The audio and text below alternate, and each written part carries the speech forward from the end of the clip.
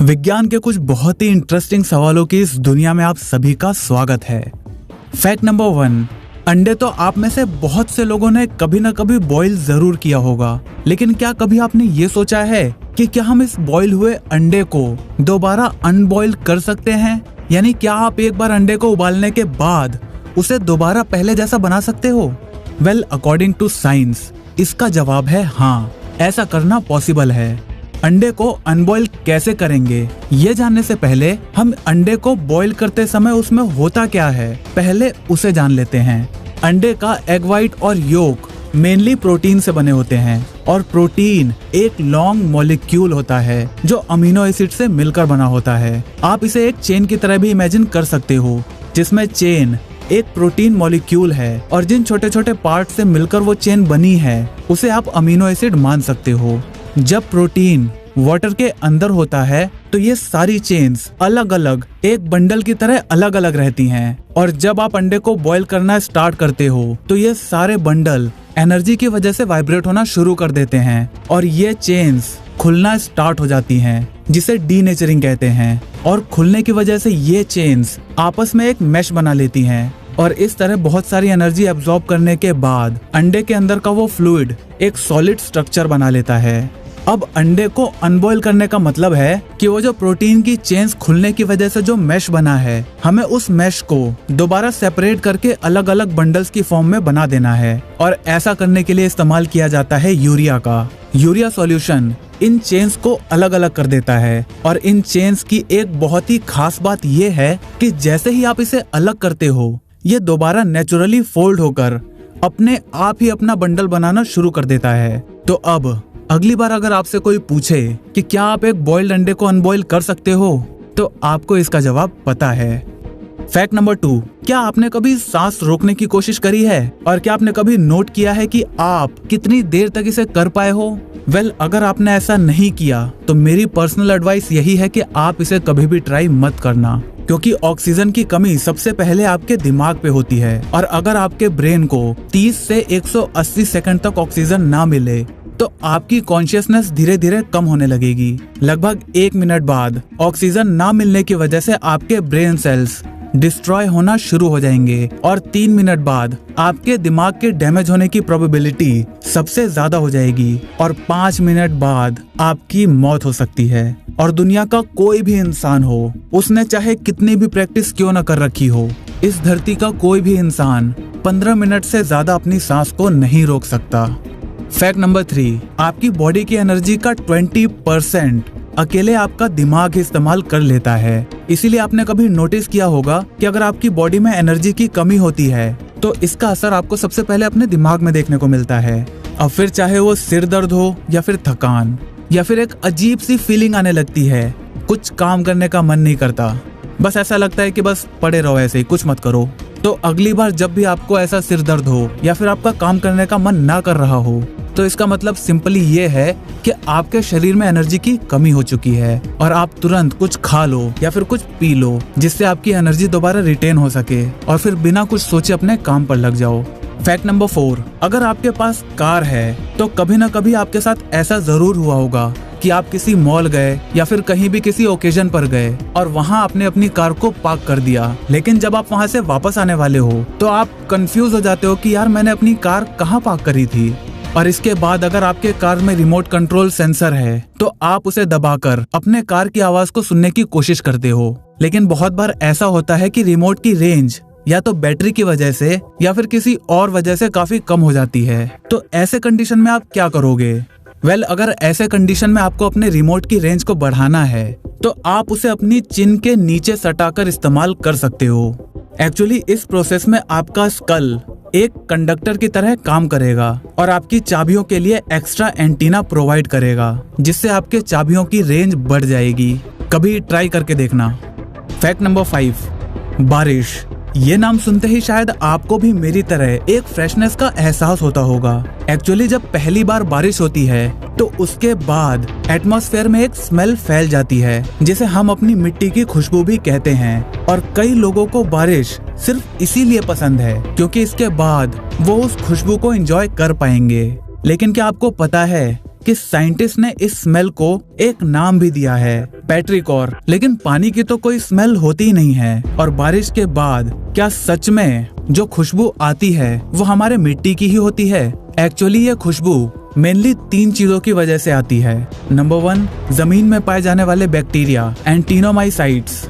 ये सूखी मिट्टी में पोर्स बना देते हैं और जब बारिश होती है तो ये पोर्स पानी से डिस्प्लेस हो जाते हैं और हवा में मिल जाते हैं और इस तरह हम इन्हें स्मेल कर पाते हैं। नंबर 2, कुछ प्लांट्स और ट्रीज नेचुरली ऑयल रिलीज करते हैं जो मिट्टी में कलेक्ट होता रहता है और जब बारिश होती है तो ये हवा में मिल जाता है। और इसका तीसरा कारण है ओजोन। ओजोन की बहुत ही हल्की लेकिन बहुत ही मस्त सी स्मेल होती है, इसीलिए इसका नाम ओजीन के नाम पर रखा गया है, जिसका मतलब होता है स्मेल। लाइटनिंग की वजह से ऑक्सीजन के मॉलिक्यूल आयनाइज हो जाते हैं और वो आपस में मिलकर ओजोन बना लेते हैं और ये ओजोन के मॉलिक्यूल्स बारिश के साथ नीचे जमीन तक आ जाते हैं और ये तीनों ही कारण मिलकर हमें ये अद्भुत खुशबू का एहसास करवाती है।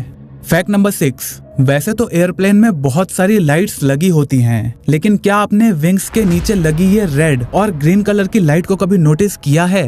इन्हें नेविगेशन लाइट्स भी कहते हैं। जब पायलट्स फ्लाई कर रहे होते हैं तो रात के समय उन्हें एयरक्राफ्ट की केवल लाइट्स ही दिखाई देती हैं और इन लाइट्स की वजह से सामने वाले पायलट को ये पता चलता है कि ये एयरक्राफ्ट किस डायरेक्शन में जाने वाला है। आप इसे इस फोटो से आसानी से समझ सकते हो। पहले वाले केस में हेलीकॉप्टर आगे की तरफ जा रहा है और इसे अपने लेफ्ट साइड में एक एयरक्राफ्ट दिखाई देता है और ग्रीन कलर की लाइट भी उसी की तरफ है, तो इसका मतलब है कि एरोप्लेन हेलीकॉप्टर की तरफ फ्लाई कर रहा है और उन दोनों में क्रैश होने के चांसेस काफी ज्यादा हैं। जबकि दूसरे केस में एयरक्राफ्ट राइट साइड में है और हेलीकॉप्टर को ग्रीन लाइट फिर उसी साइड दिखाई देती है। इसका मतलब ये है कि एरोप्लेन ऑलरेडी पाथ क्रॉस कर चुका है और हेलीकॉप्टर से दूर जा रहा है। फैक्ट नंबर 7, आपने देखा होगा कि साबुन चाहे किसी भी कलर का हो और किसी भी कंपनी का हो, उसका फॉर्म हमेशा व्हाइट कलर का ही होता है। सोप एक्चुअली 3 चीजों से मिलकर बनता है, सर्फेक्टेंट, कलर डाई और परफ्यूम।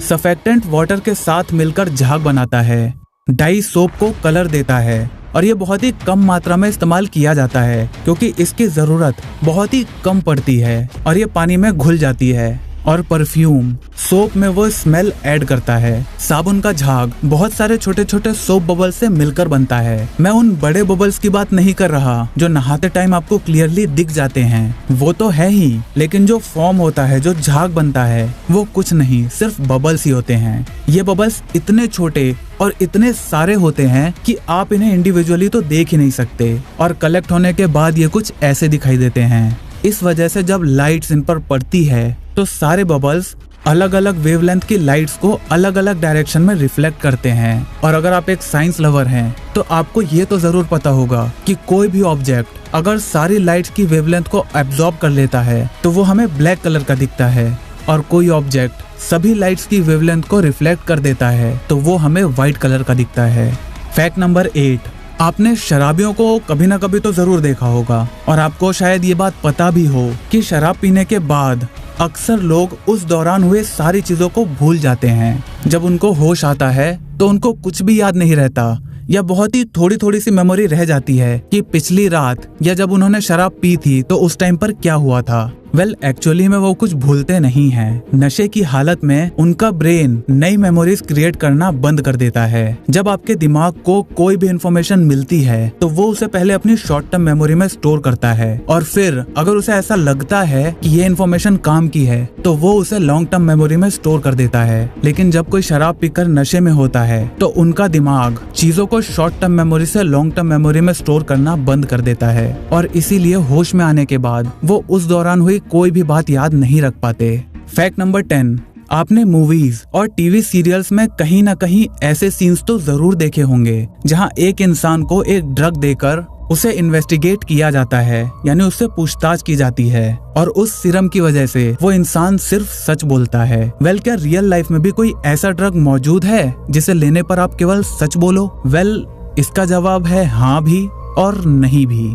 ऐसे कई सीरम्स हैं जिन्हें पीने के बाद आपके लिए झूठ बोलना बहुत ही मुश्किल हो जाता है और सच आसानी से आपके मुंह से निकल पाता है। ये सीरम्स आपके दिमाग के सोचने की कैपेसिटी को कम कर देता है, क्योंकि ये बात तो आप भी मानोगे कि झूठ बोलना सच बोलने से थोड़ा ही सही लेकिन मुश्किल होता है।